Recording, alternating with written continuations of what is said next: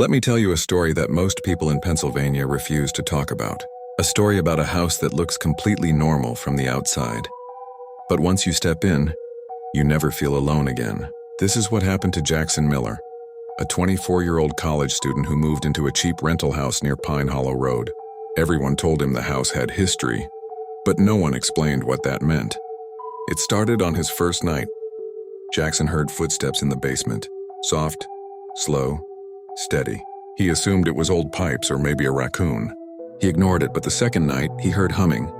A woman's voice, soft and distant, almost like a lullaby. Jackson froze. He lived alone. He grabbed a flashlight, walked downstairs, and opened the basement door. The humming stopped instantly. He scanned the basement. Nothing.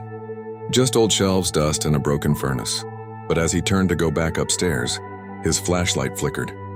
And in that flicker, he saw a shadow of a woman standing in the far corner. Long hair, torn dress, head tilted, watching him. When he blinked, the shadow was gone. Jackson ran upstairs, locked his bedroom, and stayed awake the whole night. The next morning, he called his landlord. The landlord sighed and said quietly, "Just never go into the basement at night. She doesn't like being watched." Jackson felt a chill crawl down his spine. "Who is she?" he asked. But the landlord hung up. Night 3.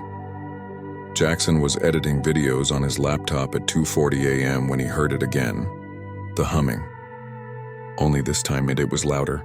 Clearer, almost right behind him. He slowly turned his head. Nothing.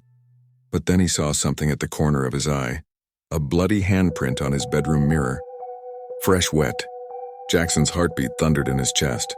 He grabbed his phone, turned on the camera flashlight, and followed the faint trail of bloody prints, step by step, all the way to the basement door. The door opened by itself. A cold wind rushed past him. Then he heard it. "Come down. I want to see you." A woman's whisper. Shaking, Jackson stepped into the basement. His phone screen glitched, static, lines, distortion. And then he saw her. A woman in a dirty red dress, hair covering her face, blood dripping from her fingers, standing just inches away from him. But she wasn't looking at him. She was looking through him. She tilted her head and said, "You shouldn't live here. He didn't let me leave." Jackson stuttered. Who is he?" She lifted her arm and pointed behind him.